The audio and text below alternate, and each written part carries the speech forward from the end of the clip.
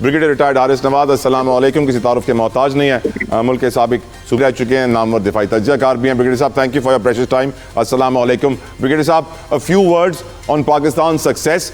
हमने जो कामयाबी समेटी है और साथ साथ पहलगाम को भी 1 साल हो गया है, मोदी के हाल पर भी कुछ बताइएगा। ब्रिगेडियर हारिस नवाज।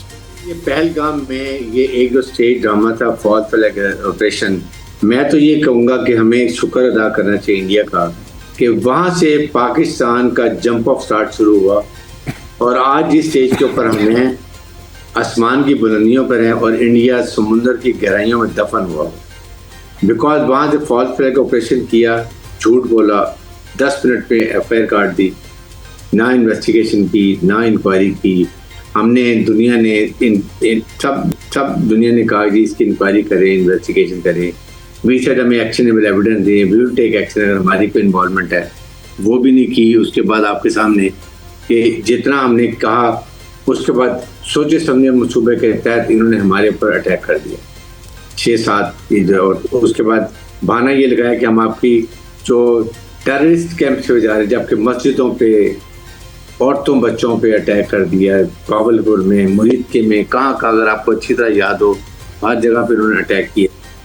तो इसके साथ फिर उसके बाद फिर हमने फिर भी प्रोवोकेट बी केप्ट क्वाइट। हमने कहा लेट सी कि शायद इनको अकल आ जाए।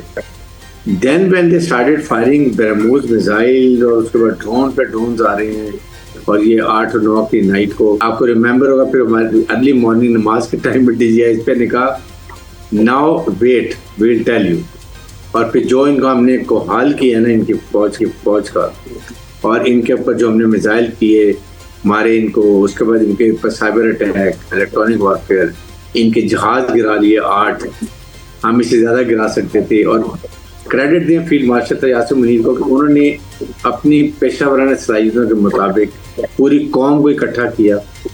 और उसके बाद जब हमने बिलान मरसूख ने अटैक किया तो ये 2 दिन के अंदर इनको जो शिकस्त फाश हुई, ये आपको याद होगा, ये पहुँच गए जाके अमेरिका के बाद तो खुदा के लिए हमें पाकिस्तान ने बचाओ, हमारा बुरा हाल हो गया है। हमने इनकी अगर याद हो ग्रेड्स इनके 70% न्यू दिल्ली अंधेरे में चला गया।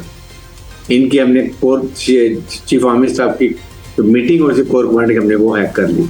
यहाँ तक हमने फिर इनके S-400 हमने उड़ा दिए, इनके एमुनिशन डप उड़ा दिए, एयर बेसिस जहाँ जहाँ से इन्होंने हमारे मिसाइल फायर सारे हमने उड़ा के रख दिए।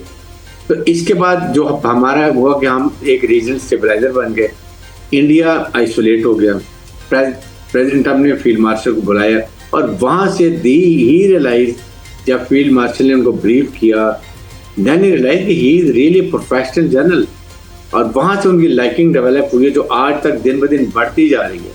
और उसके बाद आप देख लें कि हम इस वक्त जो हम रीजनल स्टेबलाइजर हैं, दुनिया हमारे से स्ट्रेटेजिक मुआहदे करने चाह रही है, बातचीत करना चाह रही है।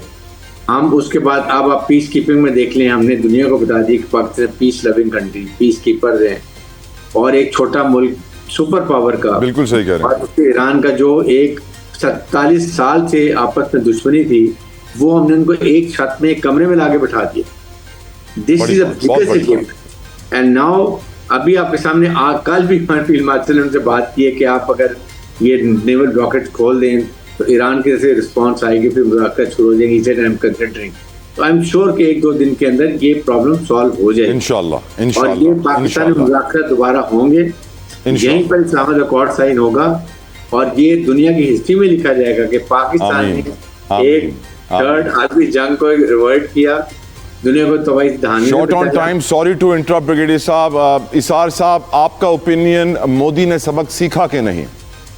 अब तो सीख गया होगा। नहीं, वो क्यों सीखेगा सबक? उसकी सर्वाइवल इसमें कि वो एंटी पाकिस्तान नैरेटिव के साथ चले, तो वो कुछ और कर देगा इसके बाद, और इसके बाद कुछ और कर देगा। वो उसकी तो पूरी पॉलिटिकल जो डायनामिक्स हैं वो इस पे खड़ी हैं कि उसने पाकिस्तान के खिलाफ एक नफरत का वोट जो है उसे हासिल करना है, तो करेगा। हमें अपनी जो सरहदें हैं उनको देखना है, उन्हें मजबूत करना है। अल्हम्दुलिल्लाह इसमें कोई शक नहीं कि हमारे जो बहादुर अफवाज हैं उन्होंने आज तक पाकिस्तान की अपनी जानों की कुर्बानियां देके हिफाजत की है और इसमें कोई शक नहीं। लेकिन मैं ये समझता हूँ कि भारत को बेहतरीन जवाब ये है कि हमारी पर कैपिटा इनकम बढ़े, उसके मुकाबले पे जाए, हमारा कौमी खजाना उसके मुकाबले पे जाए, हम मईशत में उनके से आगे जाएं, हम सकाफत में उनसे आगे जाएं, हम समाजत में उनसे आगे जाएं, हम जमहूरियत में उनसे आगे जाएं। खाली सरहदों पे जंग करने से फतह शिकस्त नहीं कौमों की जिंदगी बदलती। कौमों की जिंदगी बदलती है उनकी मन हैसुल कौम तरक्की से। तो मेरी तो ख्वाहिश ये है कि हम इंशाल्लाह वो वक्त है कि हम भी सर उठा के कहें कि हमारे खजाने में भारत से ज्यादा पैसे हैं, हम कहें कि हमारी एक्सपोर्ट भारत के मुकाबले की है, हम कहें कि हमने इंपोर्ट कम करके अपने पैरों पे खड़ा होना सीख लिया है, हम कहें कि हमारे हुक्मरान बाहर ले जाके पैसे नहीं रखते, हम अपन कहें कि हमारे हुक्मरानों के बच्चे खरबोपति और हमारे बच्चे भूखे नहीं रहते, हम कहें कि हमारा कौमी खजाना सब कुछ कह दिया, कुछ छोड़ा नहीं है आपने सब कुछ कहकर।